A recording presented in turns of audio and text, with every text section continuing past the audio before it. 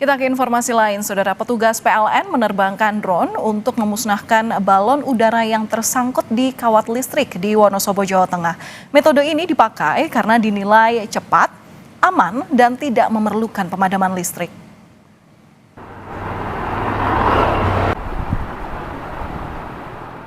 Tidak semua balon yang diterbangkan di Wonosobo, Jawa Tengah pada musim Lebaran bisa dikendalikan. Salah satunya balon ini. Balon yang diterbangkan secara liar ini tersangkut di jaringan saluran udara tegangan tinggi di Purwojati, Kecamatan Kertek, Wonosobo, Jawa Tengah. Tersangkutnya balon udara liar di jaringan saluran udara tegangan tinggi bisa membahayakan. Untuk memusnahkan balon udara yang tersangkut, petugas unit layanan transmisi Gardu Induk Wonosobo menerbangkan drone untuk membakar balon yang tersangkut di kawat listrik. Inovasi yaitu kita menggunakan drone dengan flare, menggunakan api sehingga lebih mudah melakukan evakuasi balon-balon yang menyangkut di instalasi tegangan tinggi dan tegangan ekstra tinggi di wilayah kerja PLN. Pemusnahan balon udara menggunakan drone merupakan inovasi petugas unit layanan transmisi Gardu Induk Wonosobo untuk mengatasi bahaya balon liar yang tersangkut di jaringan saluran udara tegangan tinggi. Metode ini digunakan karena dinilai lebih cepat, aman, dan tidak memerlukan pemadaman listrik. Agung Bayu Aji, Kompas TV, Wonosobo, Jawa Tengah. Dan lebih lengkapnya soal pemindahan balon terbang yang tersangkut di Wonosobo, Jawa Tengah, kita akan berbincang dengan manajer PLN Unit Layanan Transmisi dan Gardu Induk Wonosobo, ada Pak Suswoyo. Selamat petang Pak Suswoyo, apa kabar? Selamat petang Mbak Valen, baik kabarnya. Alhamdulillah Pak Suswoyo, ini kan sebelum kita ngobrol soal drone dengan flare ini kan termasuk pemusnahan balon udara liar begitu ya. Nah kalau pemusnahan di musim Lebaran ini udah ada berapa Pak? Ya, untuk di Lebaran, kalau yang liar banyak Mbak Valen, namun dia terbangnya menjauh dari STT. Kalau yang kemarin nyangkut itu sekitar ada 3 yang kita gunakan flare itu prosesnya. Ada 3 Mbak Valen. Oke, lantas dengan menggunakan drone ini sudah berapa kali Pak digunakan? Sudah berapa lama? Oke, mungkin saya tambahkan ya Mbak Valen. Untuk di PLN itu ada 3 metode untuk penanganan benda asing di STT. Yang pertama kita perlu padam. Padam ini kurang andal ya karena satu sisi kita padamkan. Yang kedua kita ada metode PDKB atau kerjaan dalam kondisi perbincangan. Jadi ada tim PLN yang bekerja tanpa mematikan, itu pakai alat khusus dan itu juga perlu effort waktu yang cukup lama. Dan yang terakhir ini yang kita bahas Mbak Valen terkait dengan flare. Flare ini adalah inovasi yang menggunakan alat bantu drone dan kita buat alat flare itu yaitu sebuah alat yang bisa mematikan api dari jarak jauh. Sehingga ketika kita naikkan dengan drone, kemudian pada posisi yang sudah tepat, kita operasikan melalui remote dari bawah, sehingga tidak perlu petugas untuk naik ke ketinggian atau di tower. Demikian Mbak Valen. Oke, ini juga menarik Pak kalau melihat visual yang ditampilkan langsung dari kamera drone itu sendiri. Nah ini melihat seperti apa sih sebenarnya sistem tembakan drone yang digunakan untuk memusnahkan balon udara yang nyangkut di atas listrik ini? Di atas kabel listrik maksud saya. Iya, jadi balon-balon yang selama ini buat festival itu kan berasal pembuatannya dari kertas, Mbak. Kertas itu ketika kita tembak dengan api, dia kan akan terbakar. Sehingga sedikit-sedikit kita tembak, dia akan terbakar dan lepaslah dari konduktor.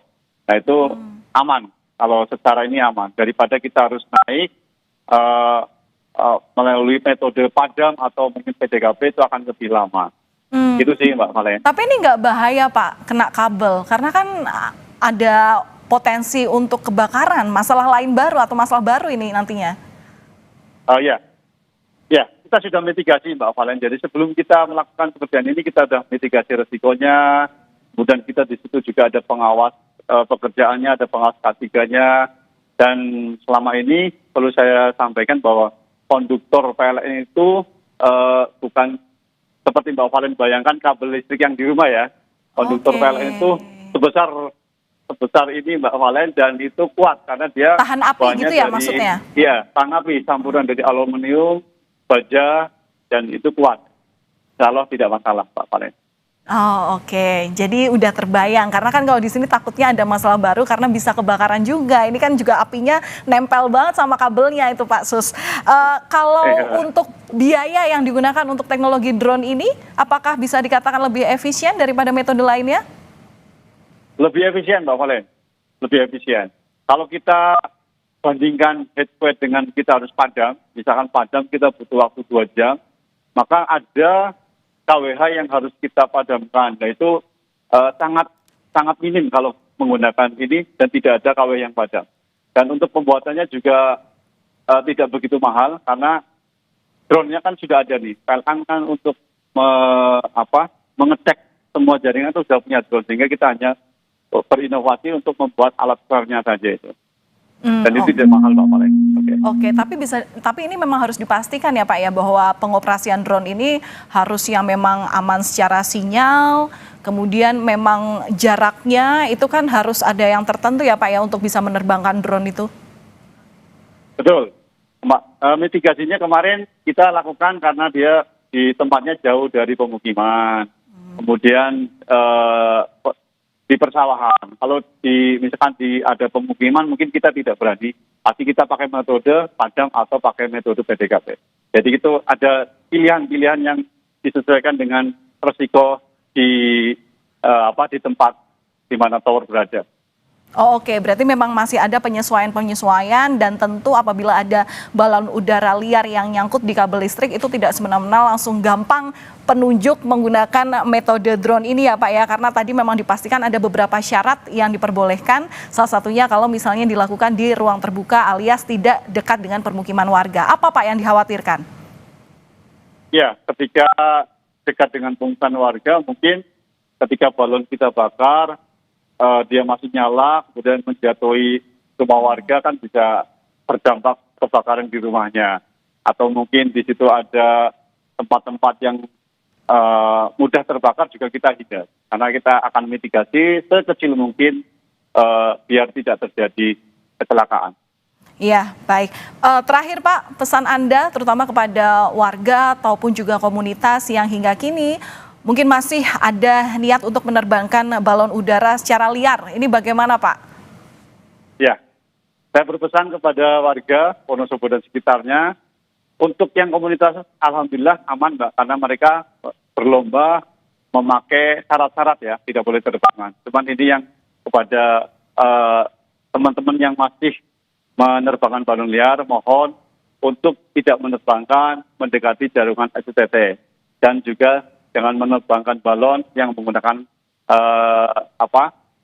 logam ya, karena itu berbahaya ketika menyangkut di STT.